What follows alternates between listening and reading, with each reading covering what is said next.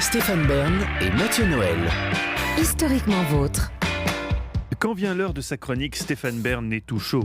Lui d'habitude si mesuré, si humble, se meut alors en tribun survolté, comme il le dit lui-même. Le tigre sort ses griffes. Eh bien, majestueux tigre, nous sommes tout oui. Livrez-nous votre tant attendu mot de la fin, l'histoire d'une expression.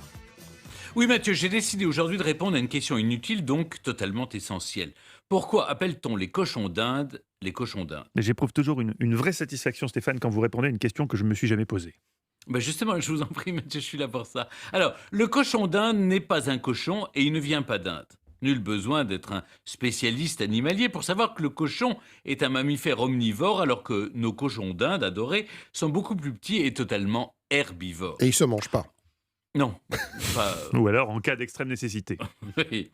Justement, vous allez voir. Ah. En 1492, quand Christophe Colomb arrive en Amérique, on le sait tous, il est intimement persuadé de se trouver en Inde. Dès lors, en les rencontrant et en entendant leur couinement ressemblant aux cochons, il leur donne le nom de cochons d'Inde.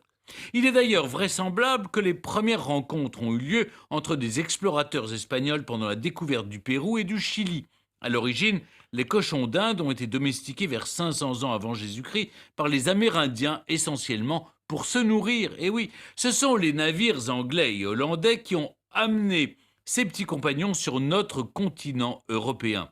Ils sont non seulement devenus des animaux de compagnie très affectueux, Élisabeth Ier d'Angleterre en avait dans sa ménagerie royale, et surtout ils ont été très utiles à l'humanité, parce qu'évidemment différentes expériences médicales, même si moi je suis contre l'expérimentation sur les animaux, ont permis d'établir l'importance de la vitamine sur nos organismes. Et oui, ils sont à l'origine de la découverte d'une bactérie, la tuberculose.